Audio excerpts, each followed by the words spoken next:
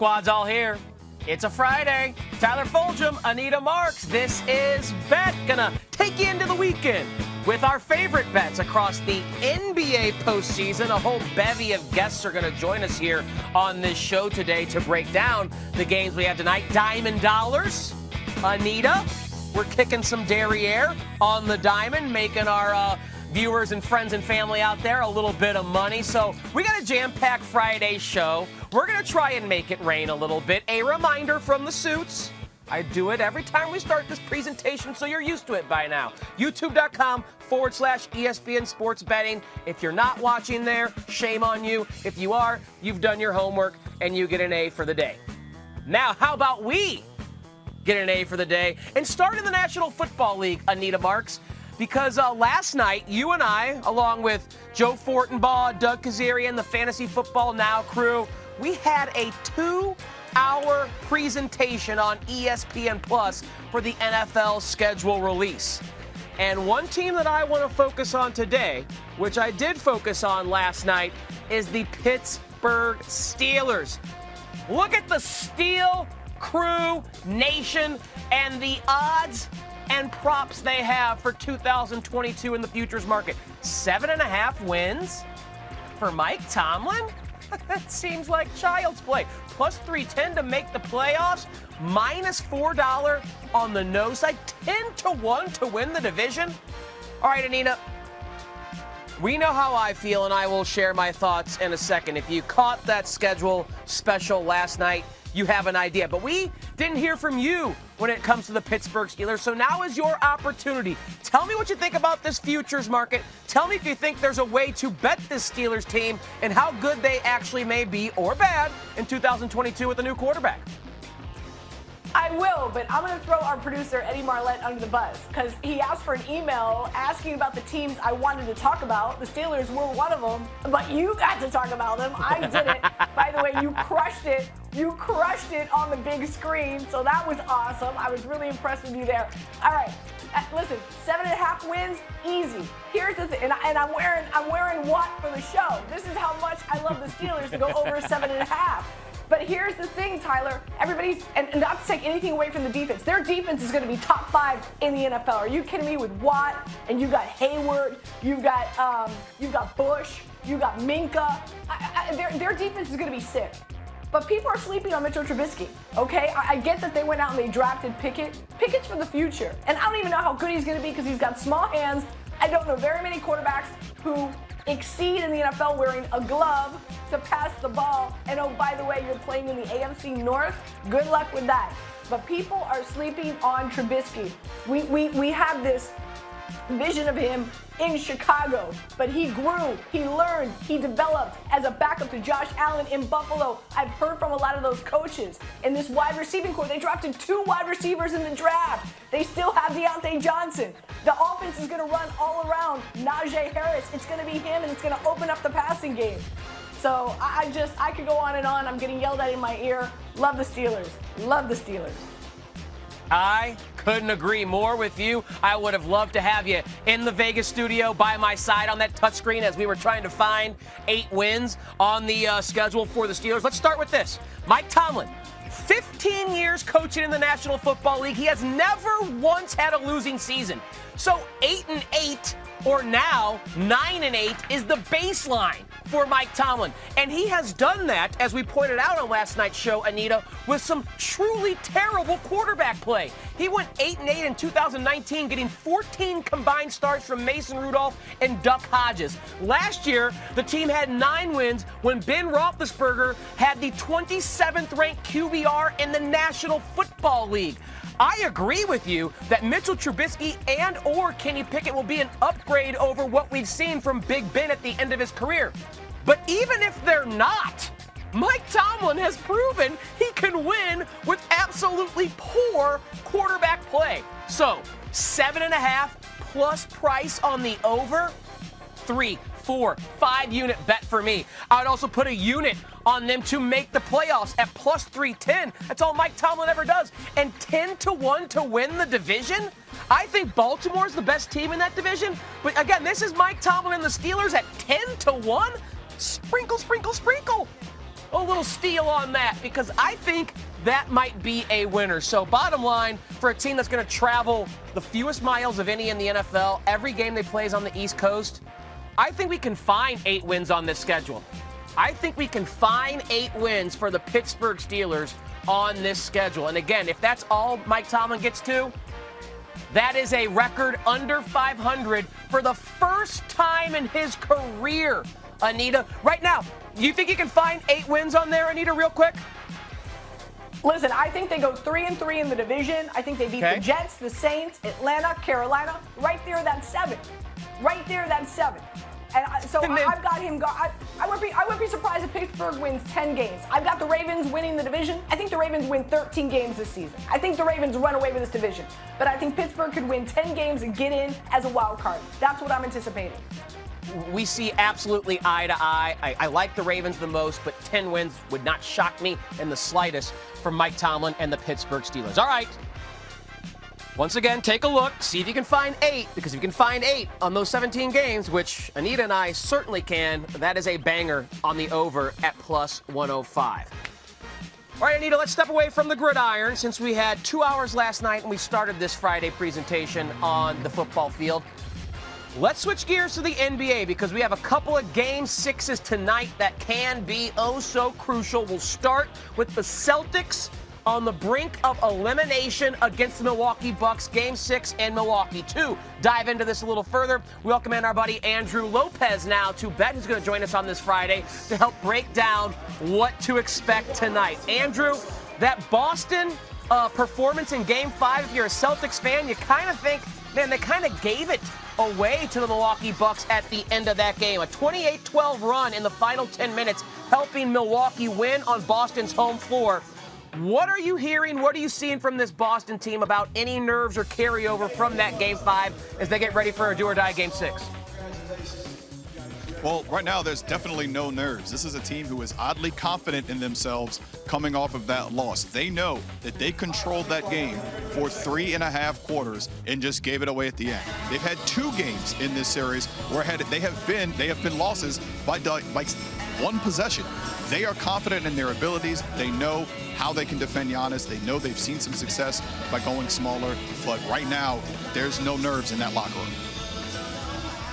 All right, so from one French Quarter resident, I lived there for 3 years, to a New Orleans reporter. Love that we have that in common. Let's talk about what the Boston Celtics need to do tonight in order to win in Deer Country. The matchup that you are most looking forward to, that you feel absolutely Boston needs to dominate in this area. Which one is it? It's the one against the offensive boards, because that's the one that has cost them quite a few games so far. You know, Marcus Smart said it after the game the other night. If we rebound, if we box out, we win. It's that simple. They gave up 17 offensive rebounds. Boston only had 5 offensive rebounds on their end. Milwaukee feasted on that side of the floor. If they can keep the Bucks off the glass, they have a chance to send this back to a Game 7 in Boston. Andrew Lopez from Milwaukee, sounding better than Oasis jamming Wonderwall over the PA behind you, Andrew. Great stuff. Very well done. Enjoy tonight's game. Look forward to your coverage throughout. Will do. Thank you, guys. All right, so this series was tied 2-2 after 4 games, and now the Celtics trail after losing Game 5. Over the last 5 postseasons, Anita, just 5 teams have been in the same spot and gone on to win the series. The Bucks, ironically enough, were in this very spot last postseason against the Nets and went on to win the series. So can Milwaukee stop the Celtics from pulling off what they did just 1 postseason ago against the Nets? That is what they are charged with for tonight. From the Bucks perspective, pardon me, let's bring in Jamal Collier to join us here on Bet and get his thoughts. Jamal, this is a question that's kind of been permeating throughout the entire postseason ever since he went down with an injury. What's the latest you can tell us about Chris Middleton?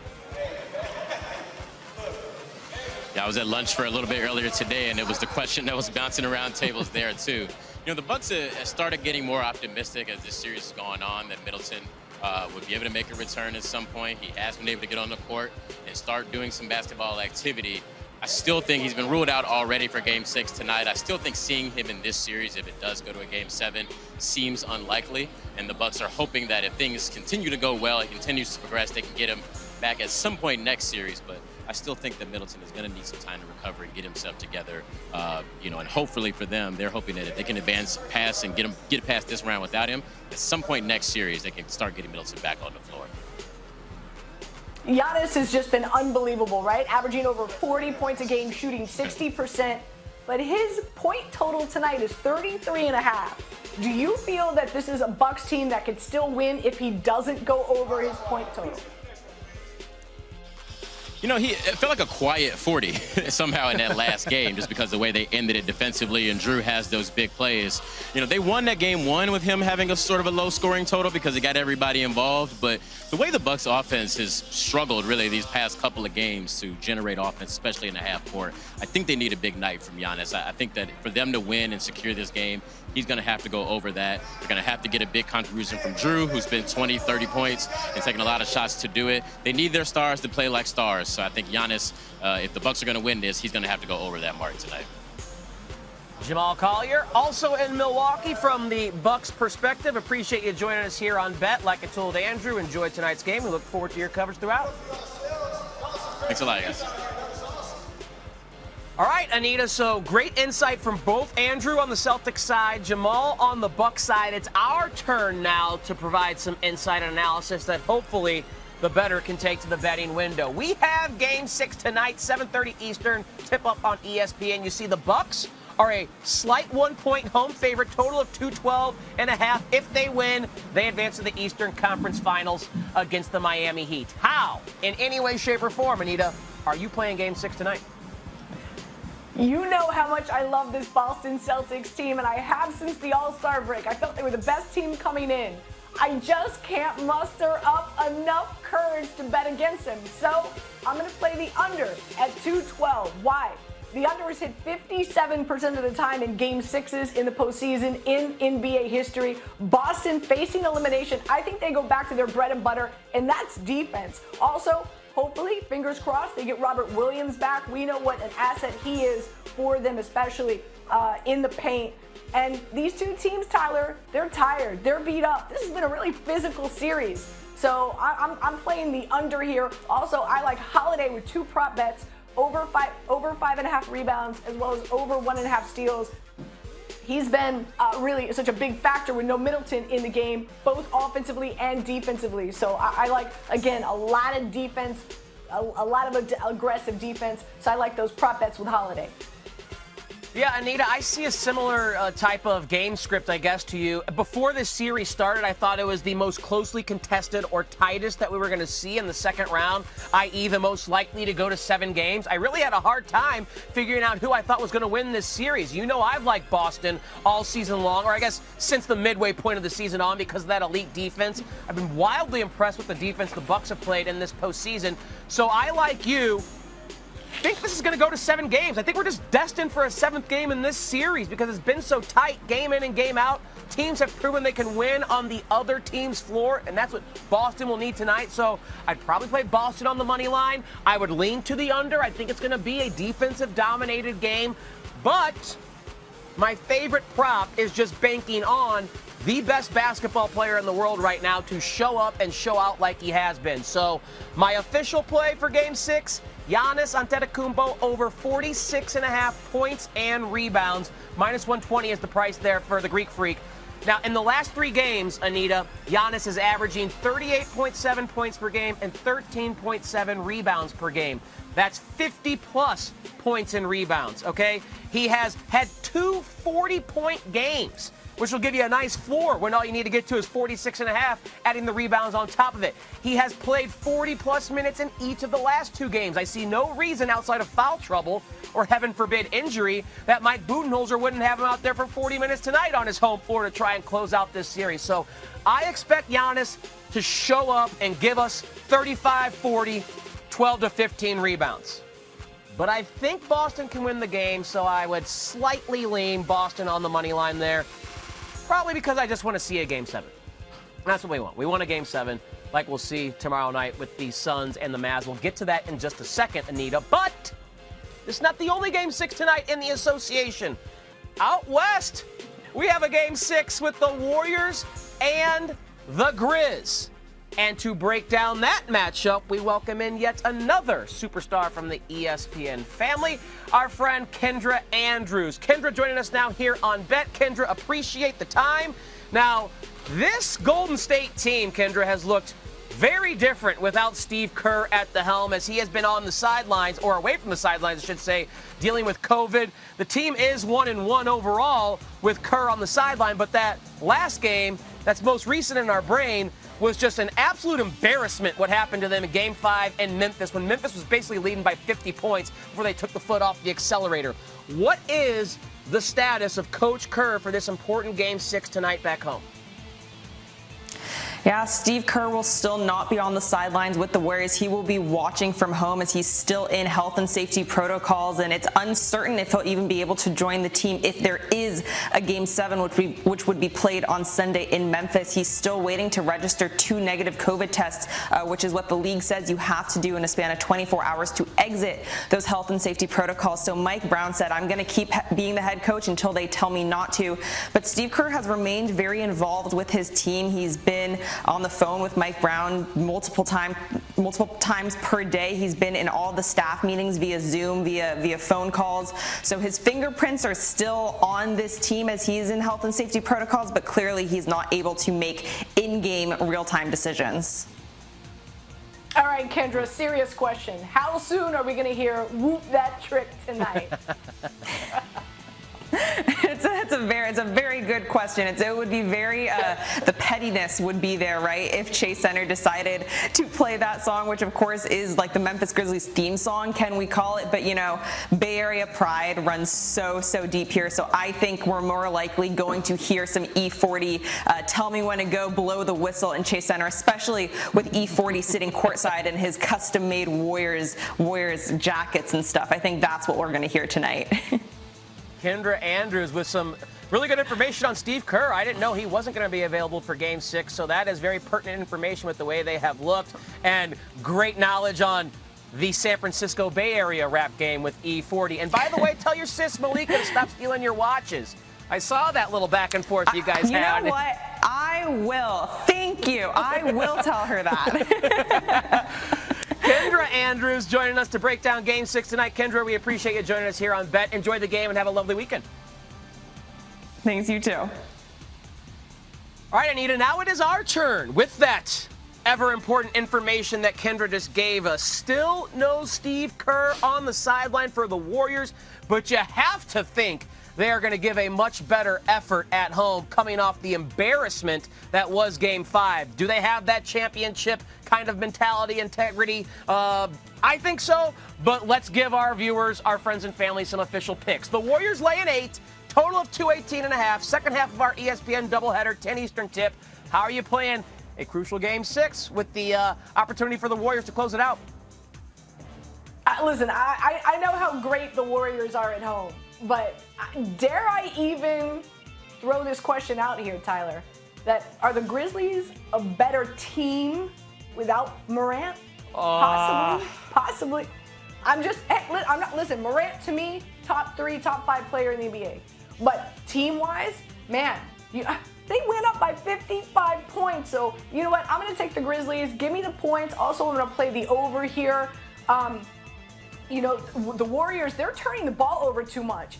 And the Grizzlies, they're so good at capitalizing that. On top of that, let's take a look at, I'm playing a plethora of prop bets tonight. Let's take a look at all of them. There's the menu, baby. I'm going Jaren Jackson. There we go. Over points, over blocks as well. Dude's been a beast. He's athletic. He's long. With no Morant, he's averaging 21 points a game. Adams off the protocol. He's a monster on the boards, especially offensive boards. I'm going over in rebounds for him. He had 14 his last 2 games. I like Jones over 6.5 assists. Jones would be a starting point guard on the majority teams in the NBA. He's just not starting because Morant. Man, I'll tell you what. You knew who could use him is the Knicks. And last but not least, Bane. That back injury is behind him, so I'm going over 3-point shots. for Bane. So a lot of prop bets I like here, of course, all on the Grizzlies. Yeah, Anita, listen, clearly Ja Morant's the best player on the team, but I don't think it's crazy to at least try to investigate or wonder aloud why this team has been so good all season long and in this series specifically against a championship caliber team without him. Of course you want Morant there, but there is some secret in the sauce with the Memphis Grizzlies. When Ja is out, it comes together and coalesces in a way that it's not crazy because the proof is in the pudding. I mean, the numbers speak for themselves. What they did without Ja during the season, what they've done in this series without Ja, it is remarkable. And again, Kendra gave me some new information saying Steve Kerr wouldn't be available for Game 6. So I will tell our viewers right now, I don't love this with the way that they have played without Kerr on the sideline. But my handicapping was to tap into the embarrassment and championship pedigree of the Warriors and play them minus the 2.5 points in the second half at home. In games 3 and 4, they won the second half by a total of 30 points, 15 per game. They dominated at home in the second half, and I think with the embarrassment fresh in their minds, Memphis can keep it close for the first half, but in the second half, the Warriors will pull away and win this series. But man, without Kerr on the sideline, dangerous. All right, Anita, let's play a little game of Take Your Pick as we just look at some props that we can have in this NBA evening and take our pick. We were just here in this game. Both Desmond Bain, and Steph Curry, 3.5 made threes. A little more juicy for Chef Steph, of course. Which player would you rather bank on making at least 4? Yeah, listen, give me Bane. I just talked about it, right? That back injury is behind him. And with no Morant, it's all on him for a lot of offensive production. Meanwhile, for Curry, he's got Clay. So you don't know. Can Clay go off one night? Curry can go off one night? For the Memphis Grizzlies, it's all about Bane. And I'm getting that at even money. I'm all over it. Yeah, it's the price for me. I'm going to go with Desmond Bain because without Ja, they need him as a primary scorer. If Curry was closer in price, I would love him because he's obviously the better shooter. But Bain's a stud as well. So we agree there. Let's move to Giannis versus Marcus Smart. Both have an assist prop of 6.5. Both are plus prices, but you get a little extra 10 cents with Marcus Smart. Take your pick. Yeah, I'm going to go Giannis here. He hit the over in 3 of his last 5 games. He's a savvy facilitator when he needs to be. And why wouldn't he want to go out with a triple-double tonight? So, yeah, I'm gonna take Giannis here. Don't blame you at all. Again, I'll just go for the better price. Like I said, I love Giannis in the points and rebound stat categories. So I think he may be a little more aggressive trying to score rather than set up his teammates, especially since this game is at home.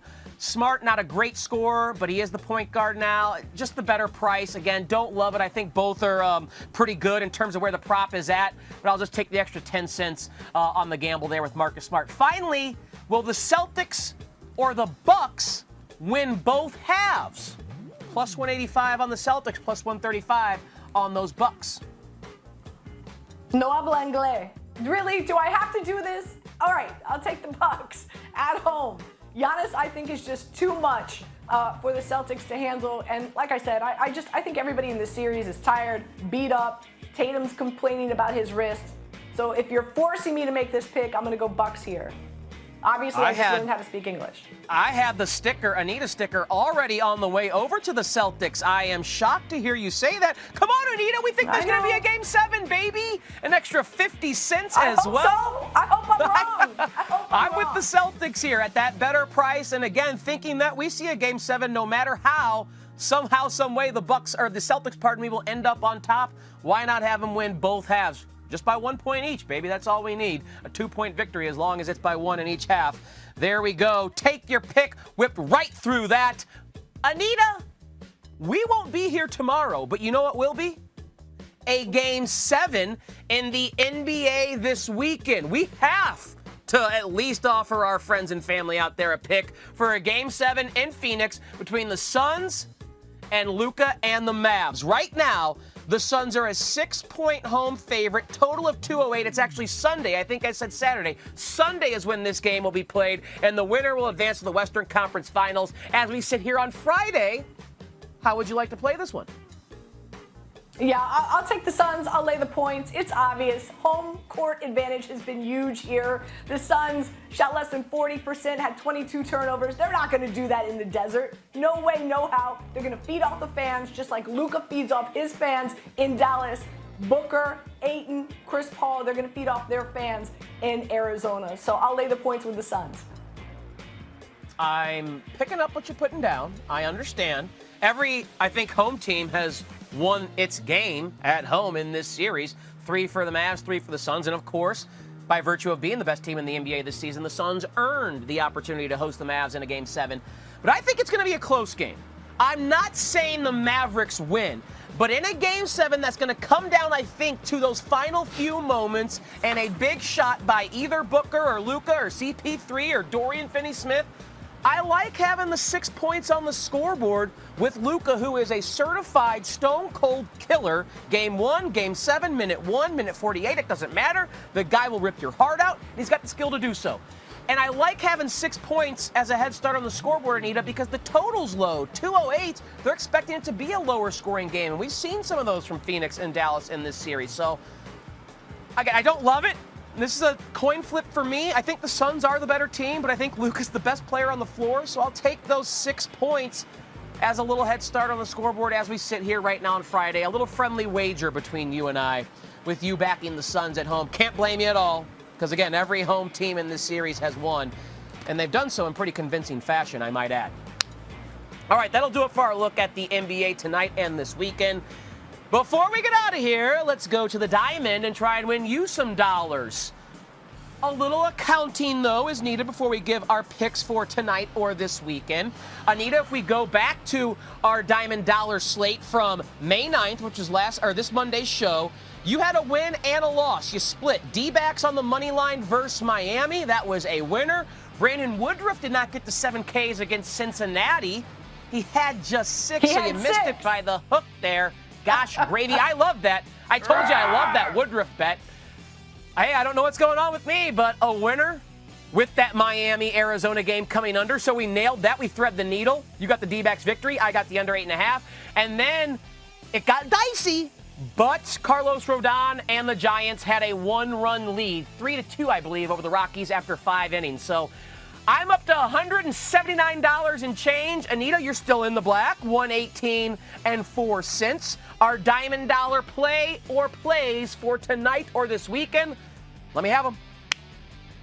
All right, so I'm putting $25 on the Colorado Rockies.